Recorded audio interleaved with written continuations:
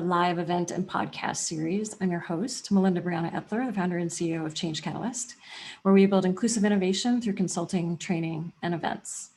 In this series, we go deep and get real, build empathy, and explore tangible, actionable steps that we can all take to be better allies and advocates for each other, because we are all on this journey. Today, we're talking with Corey Ponder, empathy practitioner and facilitator at emPACT Strategies. Welcome, Corey. Thank you. Thank you for having me. Yeah, I appreciate you. And I know that you're tuning in regularly to Leading with Empathy and Allyship. See you. Yes, I am. I love these series. You've had some amazing people on and also amazing participation from the group. So also excited to have the attendees here. Awesome. So as you know, since you have been tuning in, I'm going to just go over a few logistics and then we'll kind of jump into the conversation. And shout out to Mandy and Karen. Hello. Thanks for introducing yourselves. So on screen, we have an ASL interpreter, Kalina. Our interpreters are sponsored by Interpreter Now, which is a deaf-owned company that we're really proud to partner with. This is also being live captioned by Maggie at White Coat Captioning. So if you want to turn on closed captioning, live captioning, go to the closed caption button and just turn that on. Maggie will be typing away. You can increase the size of the font if you want, or decrease the size of the font in that same window.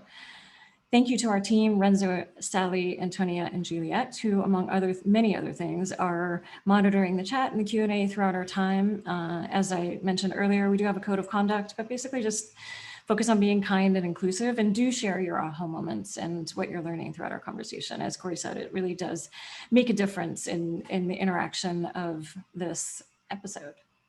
And we want to know what's resonating for you too. So if you have specific questions, use the Q&A function down at the bottom of your screen, and we'll take some time to answer those questions at the end. All right, so Corey, let's jump in. How are you? What's going on? I'm doing good. We've talked a couple of times before this about the sun being out. And so I think right now I'm appreciating the little things. And in this case, it is having a beautiful day. Yeah. And you're in Oakland, yeah? Right. I'm in Oakland, so definitely saw the orange sky phenomenon last week, and then followed by several days of gray. So we are just coming into shades of blue. Yes, yeah, in San Francisco as well. It's amazing how that affects your well-being. Yeah, right. So could you start by just telling us about your story? How did you come to do what you do today? How did you get there? Yeah, so for me, I think that there were moments throughout my career. So I spent time in government, and then I've spent a chunk of time in tech, where I've had opportunities both to think about my own experiences within these spaces, especially spaces that are predominantly white, and my identity and what I need within them. But I think actually starting my business emPACT Strategies was catalyzed by the deaths of Philando, Castile, and Alton.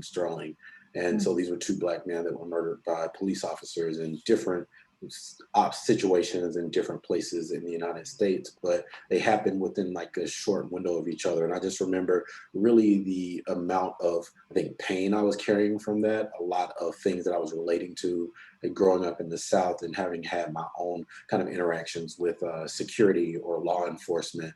And I think I started thinking, how can I really process this, but more important, how can I start bringing my full self into spaces so people can understand that I am a Black man? Like, this is not something that I get to leave at my door.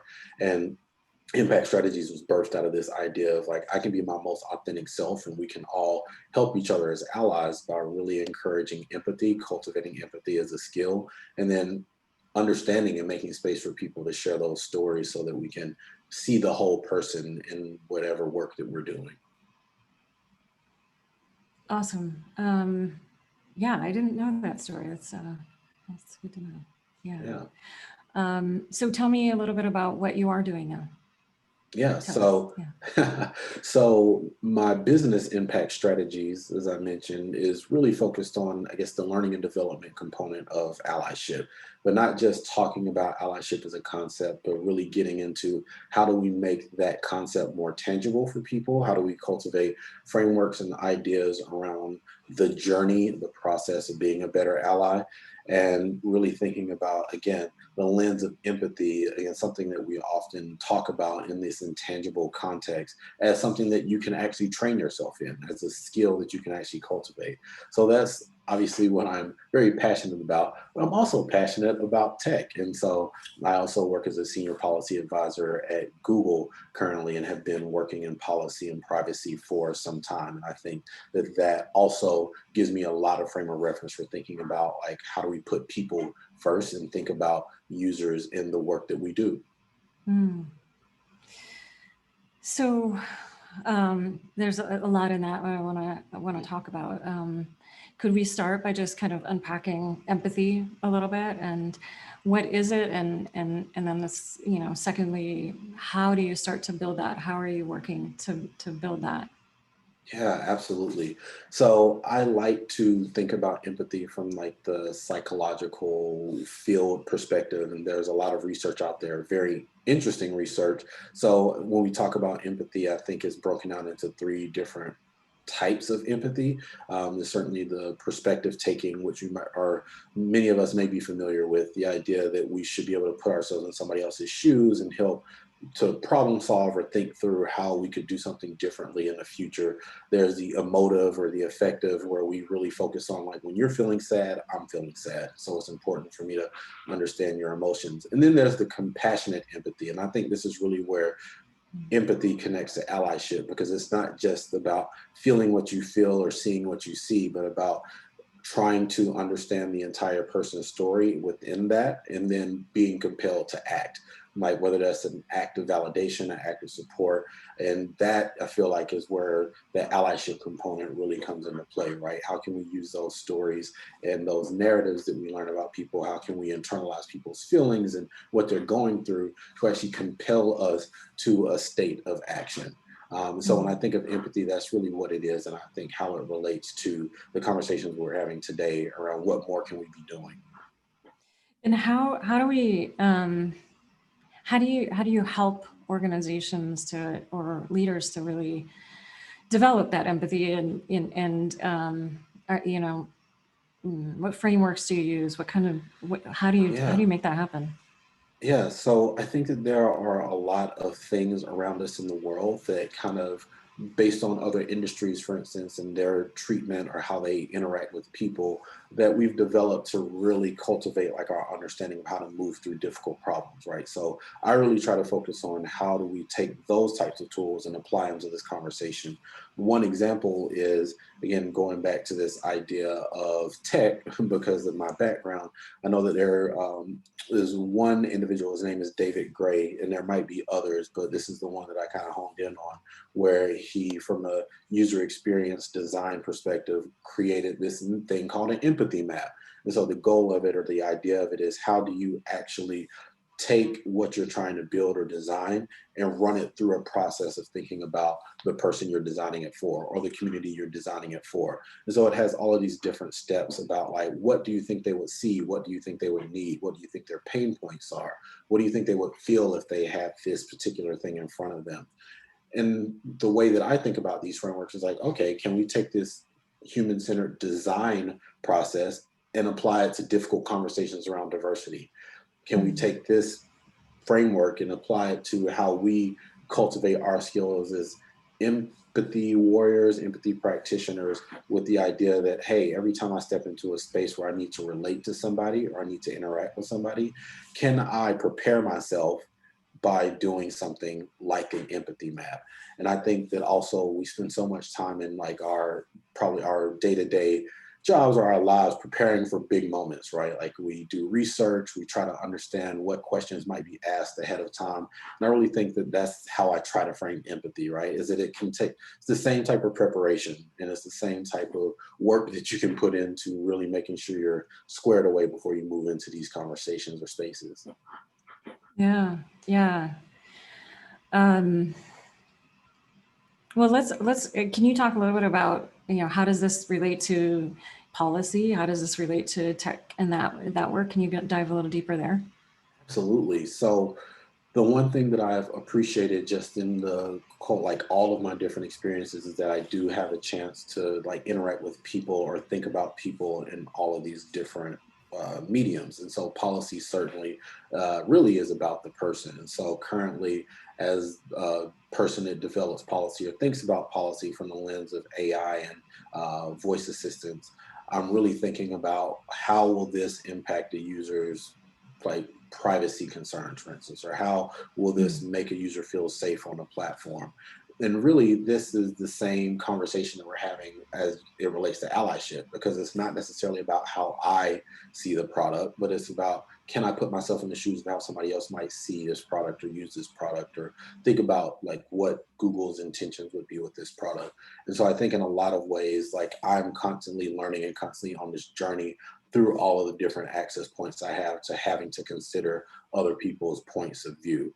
And so the idea that when we're developing a product or a policy that we're just doing it kind of in a vacuum is also not empathetic. So I have to definitely think about that lens anytime I'm writing something or developing a policy to hold a product to. Yeah, yeah. So back in episode 5, when Tiffany, you and I were talking, I mentioned that how she was a great ally to me. And so before I gave my TED Talk, she created a whole event on allyship so I could practice it and get feedback from the audience. And you were one of the speakers there. Yes. She invited several speakers to talk on allyship, including you. And I loved your talk, and it was actually way better than my TED Talk was at that moment, because I was at the early stages. Well, I appreciate you saying that, but your talk was amazing. Oh, so, well, thank you. Thank you. But I really do appreciate how you think about allyship. Can you talk about how do you see allyship? What do you see allyship yes. doing, and yeah, that experience? Yeah, so I'll preface with the fact that I am a super geek when it comes to thinking about comic books, sci-fi, and Marvel fantasy. So my lens often is from that world of how do you take these like things that we might see, these archetypes that we associate with, and frame them for like our actual day-to-day or our real lives. So for me, I think of allyship as being a trusted sidekick rather than being the hero.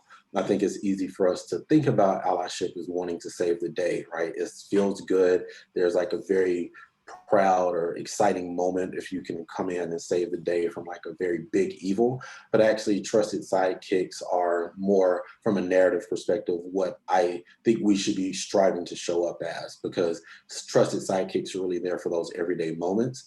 And they're not just there for the big moments, but the small ones that make a difference in people's day-to-day journeys. They're confronting ugly truths about themselves. So they're really thinking about like, do I have biases? Do I have flaws that are going to affect the way that I think about a problem or the way that I engage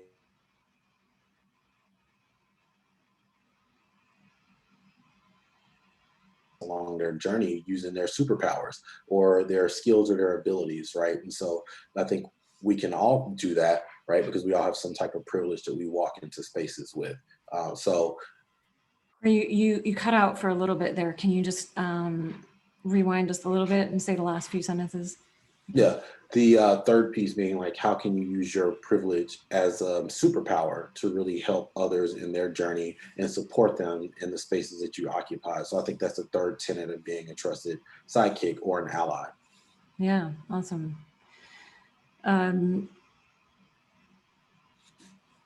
So switching gears a little bit, how do you see this work around empathy and allyship applying to this moment we're in today with a focus on racial equity?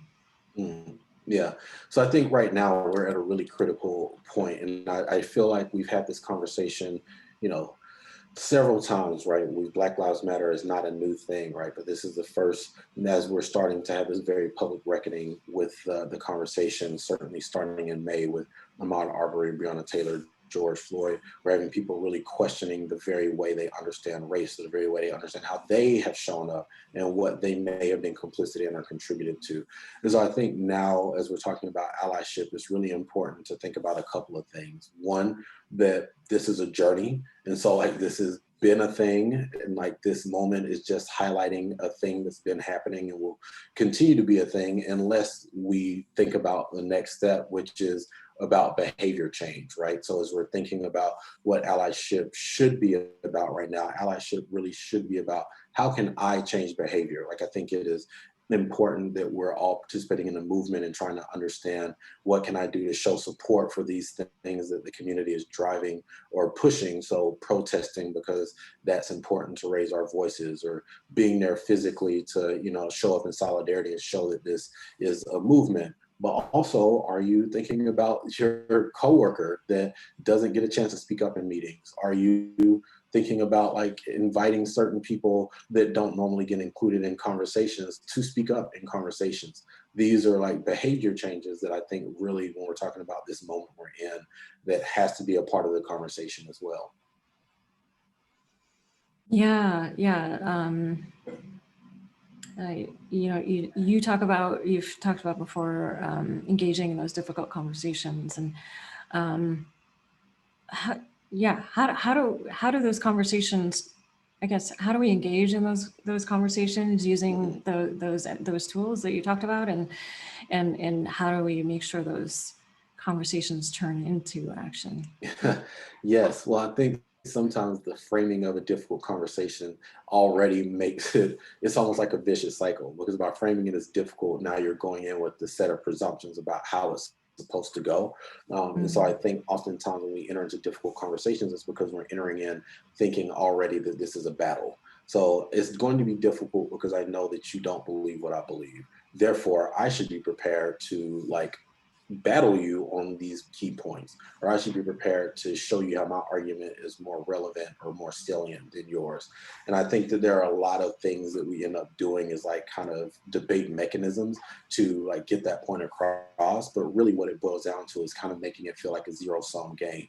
So when conversations feel like somebody has to lose and somebody has to win, then I think these broader conversations on how do we move forward, how do we have uncomfortable dialogue, but dialogue that still is necessary for our growth and learning. I think that that's where we run into the challenges. But I think to use the empathy mapping example as just another like way to frame this is when you think about the difficult conversation, a lot of it comes from maybe a lack of preparation or a lack of expectation around what you thought you were going to get out of it, what your goals were. And then also from the other person's side, I think for everybody involved, what we're looking at is an opportunity to be heard and to be understood. So even if this person is coming from an angle or perspective that you cannot relate to, there might actually be something underlying that perspective or underlying that, you know, defensiveness that you might be able to actually relate to, right? So what is their story? What is making them feel the way they're thinking? What is making them think that they have to come into it this way or be afraid of this change that's happening? Because it might help you actually get to the root of what you are ultimately trying to do, right? Which is build capacity for change and build capacity for allyship. Can you give an example of how that could play out? Yeah, so actually there's a research study that I love. It was a research study done in 2016. I think they actually did an updated study in 2020 just to prove that it worked, but it was called the Durably Reducing Transphobia. And the two researchers essentially focused on, can you go into spaces around a conversation that is very tense? And in this case, they went to, I think it was a suburb in Miami. They're like, can we go in and have a conversation around trans rights? And instead of going in and talking about like our position, right, difficult conversation, I go in and I tell you what you believe is wrong. Can we go in and actually just talk to the person and say, why do you think that?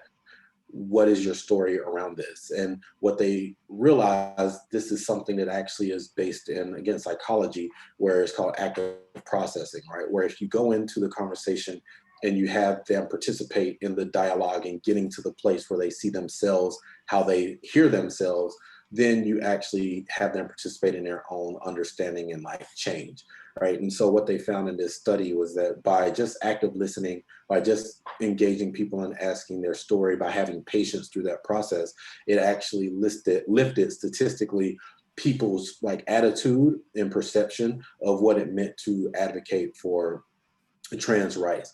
One example in the study that I loved was just an individual saying like, I disagree with like having bathrooms or having trans individuals in my bathroom because I'm scared. What if that person is secretly trying to be somebody else and they attack me, right? And so what the researcher or what the canvassers who are part of the research study did was really dug into that story of why and realized that actually what this person is concerned with is safety. So it's not that they actually are like, I dislike and I hate people who are trans.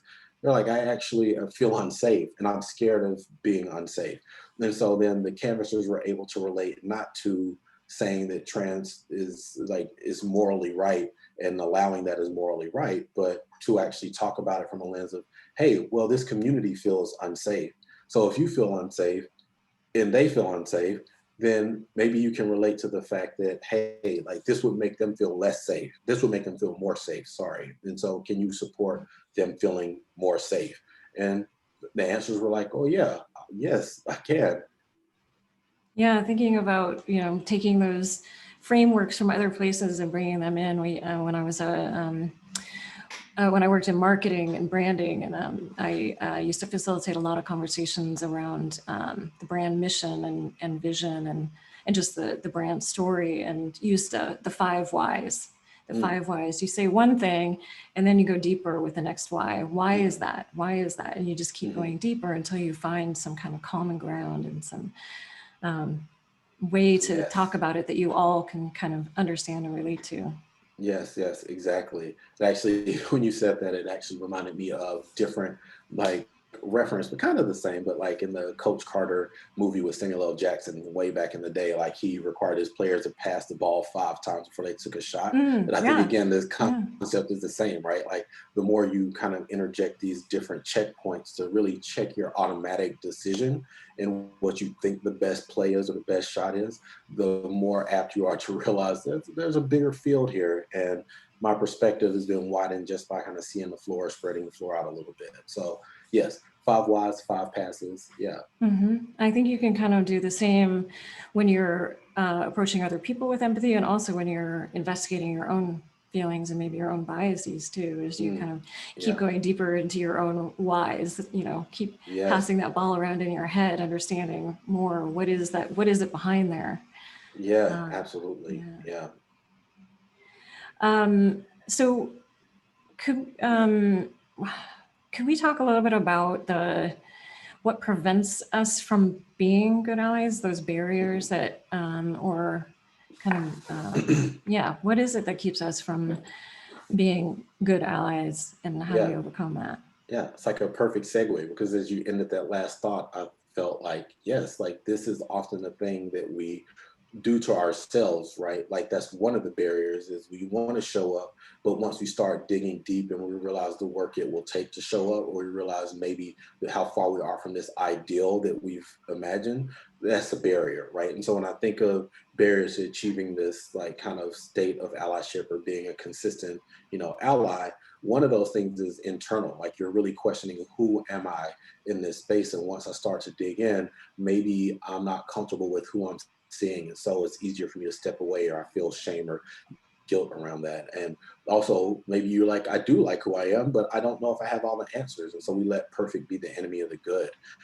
Then there's the kind of relational piece, where it's like maybe you've done the internal work, but once you step out into that space, you're actually afraid of disappointing somebody that you've held dear. So maybe you don't want to upset a family member. Maybe you like your friends and you don't want to be the antagonist or be the person that makes a big deal out of something small.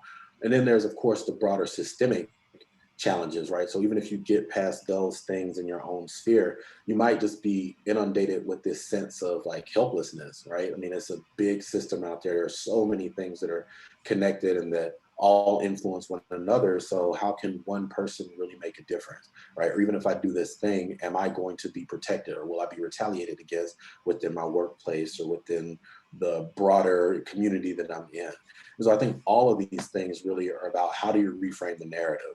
So with the internal, it's like, how do you reframe that shame, and how do you rethink your thought process around this is going to happen, so I automatically assume that this is going to be the result. Like, there are ways to actually work through that. And I think for the relational, I think it's actually about how do you cultivate a growth mindset and realize that what you might end up having to have, what you might end up leaving behind is actually not as great as what you can walk into, what you have to look forward to. So yes, the feeling of potential loss in a relationship or, you know, space might be initially very, very hard, but also there's a lot of unknown and a lot of capacity and room for new things to come into your life.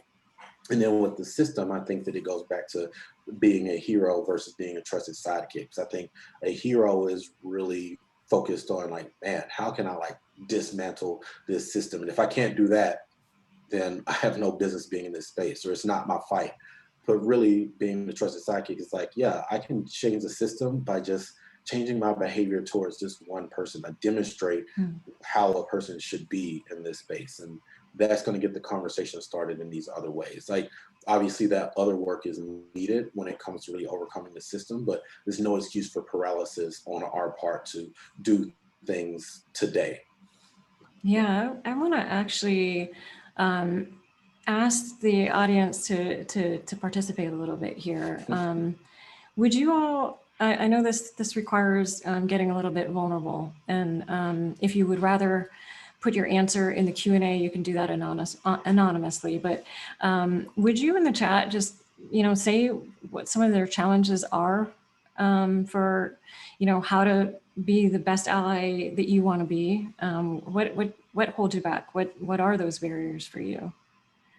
I know for me that, wait, the last thing you said, please go ahead and put your thoughts in the chat. I know for me, one of the last things you said was just around this it being so big and wanting to change the system and change everything all at once. And that is that's really challenging when you see it as this big gigantic thing. And I think also, you know, when we see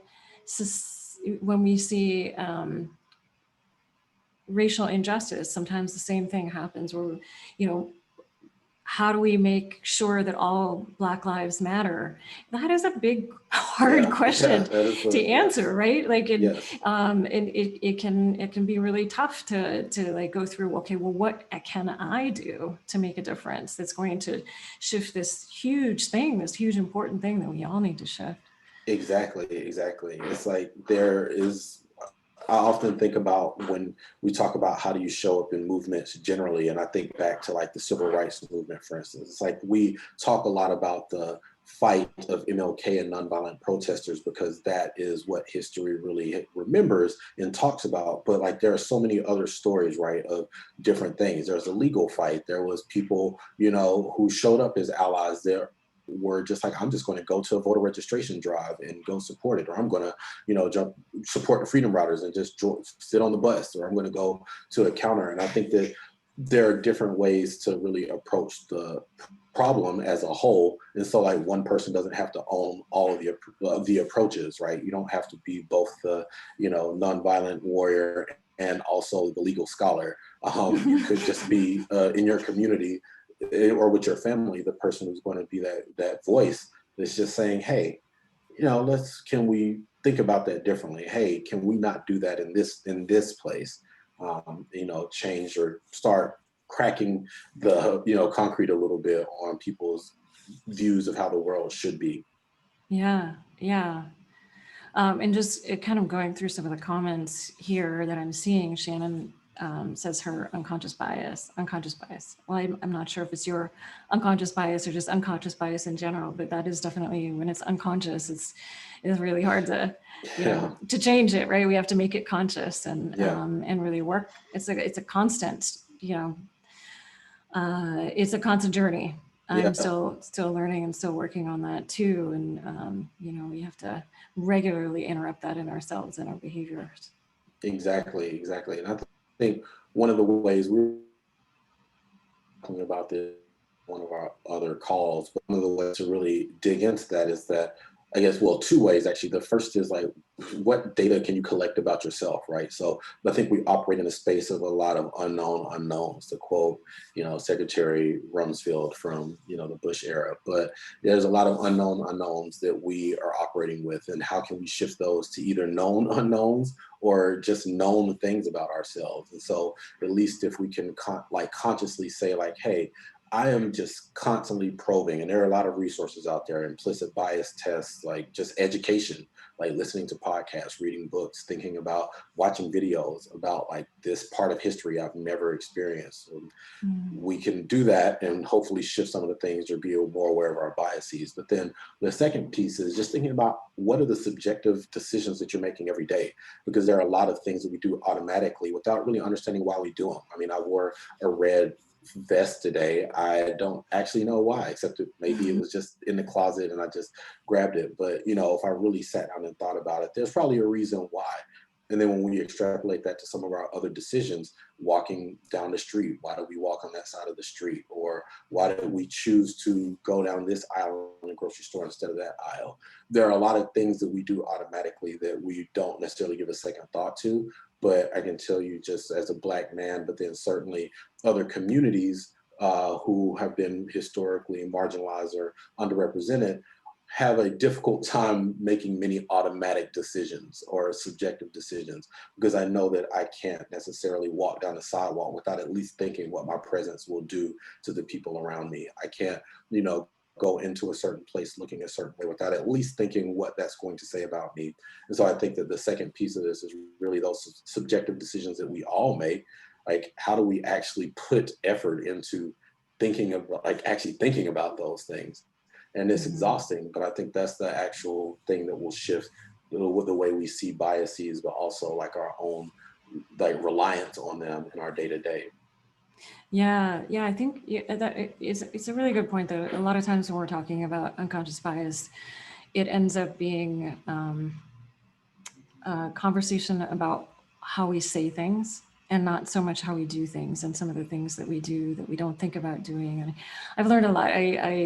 My husband Wayne is Black, and I've learned a lot just being in spaces with him, just about little things that people do, women grabbing their purse when he walks in the door, or scooting over on a bench, or things that I know they're not thinking about, they're just doing it. And or do you lock your door in your car when a Black man walks down the street, or walk to the other side of the street when all those things, like, they really affect how somebody shows up. And and they're things that people just don't, I know they're not thinking about it.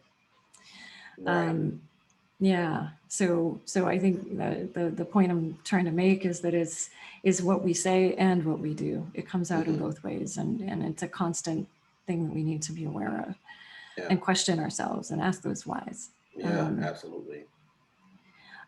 So another comment from Sim. For me, it's difficult when everyone wants to be calling out and almost be destructive. So that cancel culture and that kind of public shaming, I would call it too, is to a restorative place, which is what she believes in. She believes in having conversations and understanding one another, not canceling people. Yeah. Thanks for sharing that. I think, the idea of cancel culture is one that is very, I know, especially with like things happening in 2020, like, is very sensitive. And I think two things about that. I mean, the first is, I think there is there's probably a fine line between like actually holding somebody accountable and then this idea of cancel culture. I think that it's really hard to know somebody's intent and to see their growth and see their change. So I think that's where like a lot of times the cancel culture idea comes up, because there have been moments that I've even seen where individuals who have been on a journey for years and years and years have actually, made some changes and learned from these points in their lives where they weren't the person they are today, but still get called out for something they did like years ago. And that certainly is like not when you're thinking about like the actual, like the journey of an ally is hard, but for the people doing the work, let's encourage it. That certainly is discouraging. But then I do also feel like there's a side of this where I've also seen people say like, oh, like it was one mistake.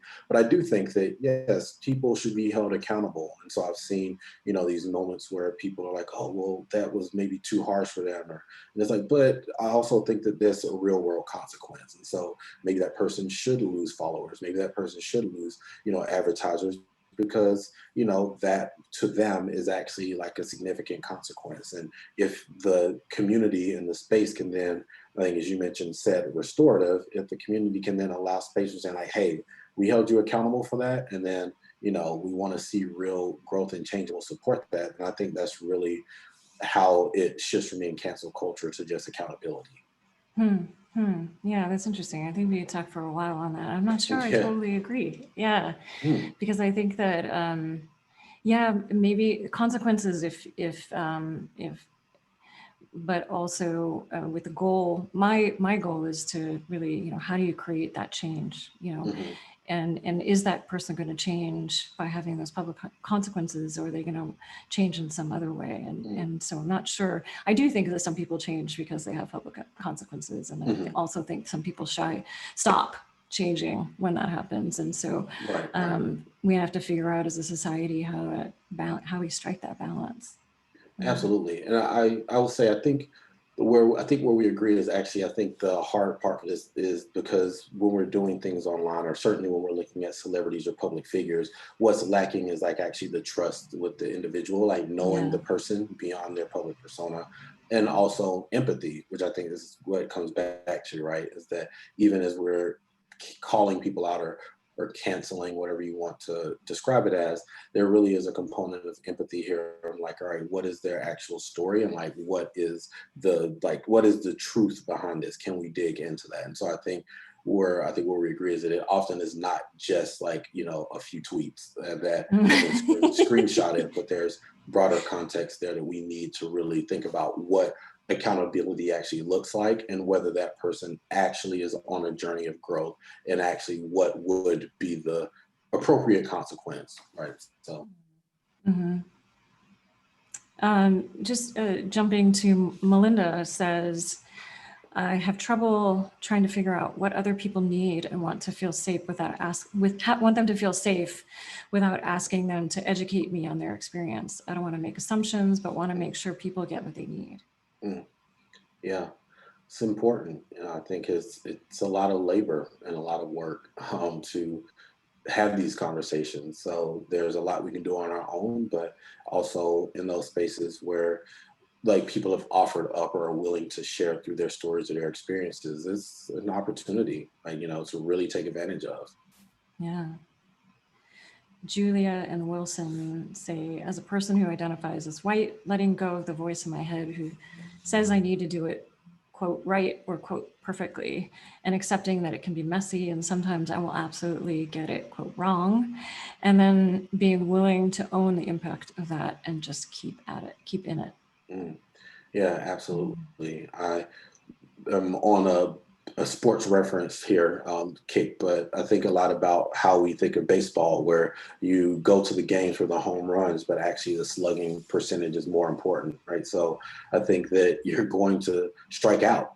And but the Mm, idea is that you practice so that you increase the percentage of hits you will get out of the yeah, park, as opposed to yeah. focusing on that one home run that's going to make everybody put you up on their shoulders and run you around the park.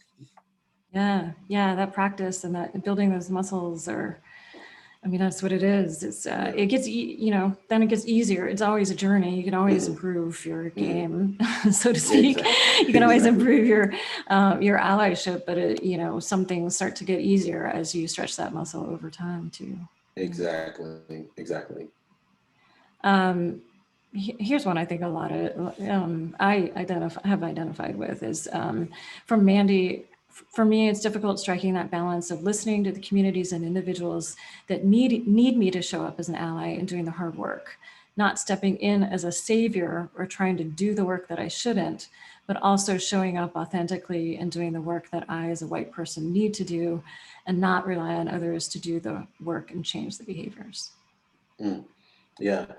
There's so much here that I think is rooted in like what are the stories we tell ourselves, but then also what are the stories that we get to share with others. And so I think a lot of this like understanding like, okay, I want to show up in this way, and a community perceiving that as sincere is really rooted in this idea of like how well does that community know you, how well do you know that community, and then vice versa is like the community saying like these are our needs, who will actually show up sincerely to help us, like do we trust this person or that person, is really rooted in that community's ability to like feel safe sharing their story in spaces. So yeah, it's a tough balance to strike, but I think a lot of it goes to that, how do we build trust with the people that we want to support. Yeah, yeah. Um, Leva talks about and this requiring a lot of courage and willingness to go beyond the surface and to be uncomfortable when not directly impacted for those who are impacted. And then there can be fear and backlash too. Yeah, yeah. I think the one thing, and we were talking about this on our other call, but I think the one thing to acknowledge here is just that just work is difficult. Like I think it's not meant to, there's not ever meant to be a point where you wake up and you say like, I figured out the allyship thing and I've been able to figure out how to do it without consequence. And in fact, really stepping up is going to make things uncomfortable and probably shift things around you, because so much of what we know in this world is rooted in these ideas of inequality. And so they will Mm. have to change, and in challenging them, not everybody will be happy that they are challenged. So Yeah, yeah. I'm going to go through a couple more comments here, but then we'll go to some Q&A. So if you all have questions, please put them in the Q&A as we're talking. So Shireen says, I think there's a difference for those who are calling out racism and sexism who don't have the power to actually change people's lives versus those that claim to be allies and do harmful and destructive things toward those they claim to support. Oh, mm, okay. yeah, Yeah. yeah. So I do think that we all have some power to change people's lives. Mhm. But there is a lot of what people are calling performative allyship out there. What I think is happening in the NFL right now, Yeah, where the yeah, NFL made statements and they're playing the Black national anthem as yeah. well as the national anthem, but not actually doing the work. Right, right, absolutely. It's like signaling as opposed to actually really, again, understanding what the players were talking about, even when Mhm. Kaepernick was kneeling, and what Yeah. can you actually do for that? Not, look at us like we have, things that like are talking about this community now and celebrating this community. So absolutely. But I agree. And I also agree that we do all have the power. I think it's just in understanding again how we actually are being asked to show up, as opposed to saying, well, this is the way I can show up. It might feel uncomfortable to step outside of the how I think I can show up, but ultimately that's the way that actually helps move the conversation forward and change people's lives. Yeah. Yeah. We have one more, balancing compassion and a desire to show up for communities and not making that escalate into rage and confrontation of the powers that be. Yeah. Mm, Yeah. yeah, The balance between compassion and rage yeah, yeah. is real.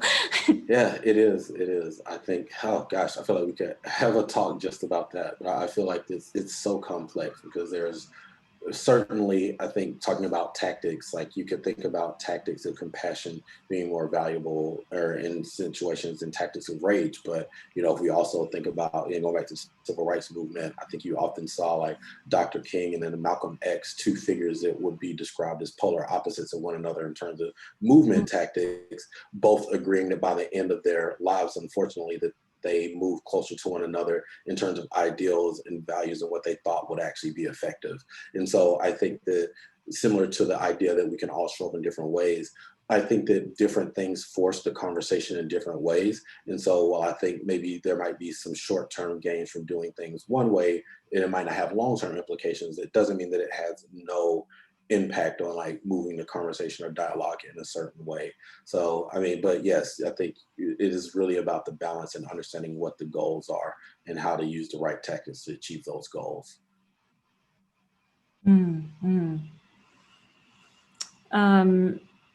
We had a question from Mandy to just clarify. I think it was Mandy. Someone asked if you could just clarify who, Melinda, sorry. Could you provide the name of the company that uses the empathy map? Or who was it that developed the empathy map? Yeah, so the individual's name is David Gray, spelled Grey. And if you just look up David Gray empathy map, and I can also share a link maybe as a part of the resources, but that's the one that I'm most familiar with. Awesome, awesome. So we do have a question from Sin. Corey, what is your advice for someone who is a person of color who would like to bridge the gap between communities of color? Good question. Yeah, that is a really good question. Wow. Yeah, I think first I would say build yourself a community of support. So I think this is, like that is a very difficult thing to step into. So when you get discouraged, having some place to fall back on to really detox, debrief, or just step away will be important. And then I think the second thing is really diving in to like figure out how can you support these different communities, right? And then from there, so what I mean by that is showing up to these spaces, whether it's like actually going to like an ERG, for instance, a resource group, and learning what the needs or the issues are, or just having conversations with like people in your space who are talking about what their challenges or gaps are. And then I think really being a conduit for information, like communication, knowledge transfer. So I think that's one thing that often, if we're talking about bridging the gap, that I feel like is lacking between the communities of color is the understanding like, hey, these are the pain points. And like, if we were to all talk about our pain points and kind of know them deeply, there might be things that are very unique to our communities, but then there might also be things that we could actually say that we all experience in this space. And I think that idea of realizing that there are some commonalities in the struggle will actually help with bridging the gap. Awesome. If I may, we may have time for one or two more questions if y'all have questions. Corey, what does allyship look like for you? What does it mean to you? What do you need from allies? Maybe that's the question. What do you need from allies right now? Yes, what do I need from allies? I think the first thing is just really a commitment to educating yourself. I think there's at this point just so much information out there that I think we can all do ourselves as allies, like just, well, we could do other people that need allies and myself as needing an ally, like a service just by listening to things. I was actually listening to the 1619 Project. It's a podcast from the New York Times, but they've also done a couple of other things that literally talks about 1619 when the first slaves landed here in America to like just all like throughout history and how much you start to see that all of these different things are rooted. American culture literally is rooted in this idea of oppression. And so I think that education is the first thing. The second thing is just a commitment to behavior change. Like I think what you're saying about performative allyship is real. I think there are a lot of things that make us feel good, but those things really center us and it doesn't center the person, right? So the idea really isn't or shouldn't be like, will this make me feel good? Will this make me feel like I did enough? If that's what you're asking, that's the wrong question. If you're asking like, will this actually make me do something different than I've done before? Will this make me step outside of my comfort zone?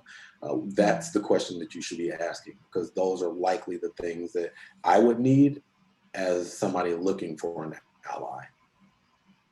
Awesome. Awesome.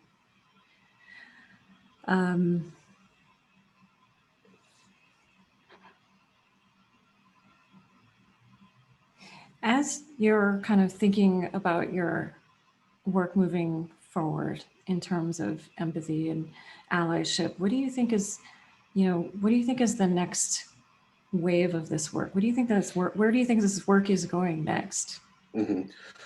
So one thing that I've really been focusing on is this idea of habit building. And I just reread this book, The Power of Habit by Charles Duhigg. And I think in that book, it's just so interesting to think about this model for there are things that we just do because we like expect a routine to give us, after we get like some type of response or trigger, we expect a certain routine to give us a reward. And so when I think about allyship, I'm really thinking about how do we break that loop? Because oftentimes even our response to different things, especially in the age of social media, is, oh gosh, I saw a thing and like now my reaction is to, just share it and it went viral and now I'm done. And I think that the question is like, is that really changing a habit? If I was actually just reading an article from the incoming chancellor at Vanderbilt University, and he said this line where he was like, we should take time to be proud, but we should never be satisfied. I was like, wow, that's a really deep quote, because I feel like we often it often feels synonymous to us. But the idea is that, yeah, there are moments to celebrate where we are. Like we made something go viral, we started a movement, we sparked some conversation. We should be proud of that. But also we should understand that that's not the same as being satisfied about the current state of things. And there's so much more to do. So I think we do that through our habits and how we really shift the way that we approach this again and again and again, so that we're not having the same conversation we had in 1968 or in 2012 or 2020. Yeah, I love that. Yeah, and that disruption of our habits and how we rethink those. That's awesome. Okay, y'all. I have another question. This is the more interactive session, but I actually think it's great. It's provoking some really good discussions. What is your big, what takeaway? What are you taking away from this conversation? What are you going to do next? What are you going to think about coming out of here? It would be great for both Corey and I, who are doing this work regularly, to know, what resonates for you and what are you taking back with you. If you could let us know in the chat or in the Q&A, if you want to remain anonymous, you can put it in the Q&A, but it would be really powerful for us to know kind of what are you taking away from this? Yeah.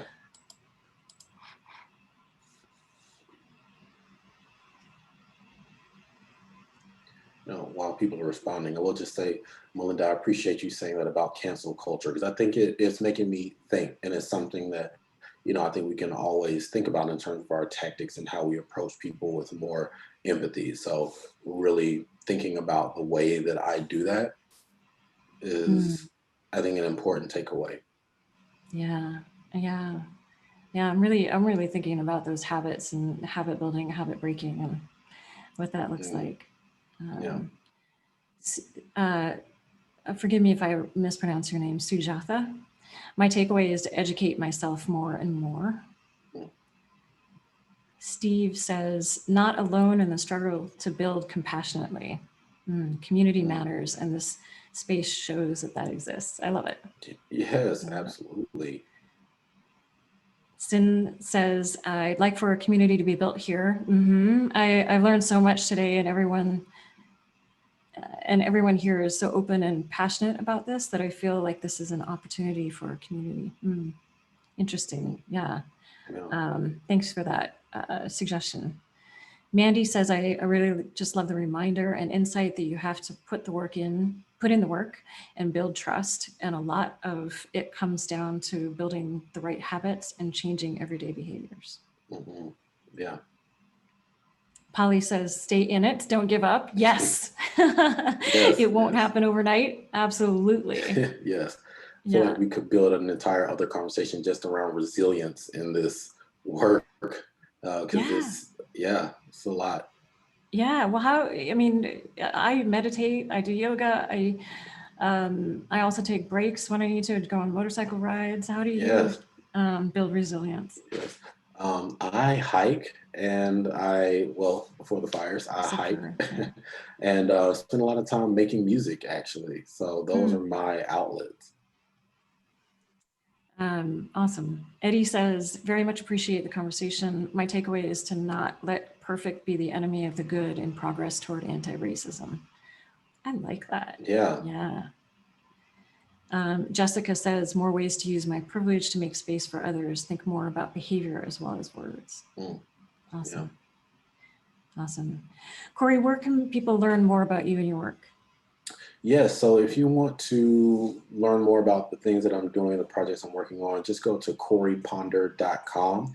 That has all of my information, COREYPONDER. And then you can also, if you want to follow like just the different things that I have going on with emPACT strategies, you can also go to empactstrategies.com. That's EMPACT strategies.com. Awesome. Thank you. Thank you, Thank Corey. you. Thank you for all the work you do, and thanks for being here and having this conversation with me. Thank you With for us. having me. Yes, Yeah. with this community, which I Yeah. also agree I love. Whoever said it in the chat, I'm like, gosh, I love the Yeah. people who come together for these Mm. conversations. It gives me hope. So thank you. Yeah. Yeah. Thanks everybody for joining us, for your great chats. I really appreciate the participation in this, and the vulnerability in that I know is real, and I appreciate that too. As we said, allyship is a journey. It requires learning and action consistently. And so please do take a moment to think about what you'll do differently and what new action you'll take moving forward. Join us each week for Leading with Empathy and Allyship. You can RSVP for future sessions and sign up for our newsletter at changecatalyst.co/allyship series. And please subscribe to our podcast and our YouTube channel. If you'd like to help us out, you can also review our podcast or leave a comment on our YouTube channel, and please share it with friends and colleagues. All right. Thanks everybody, and see you next week. All right.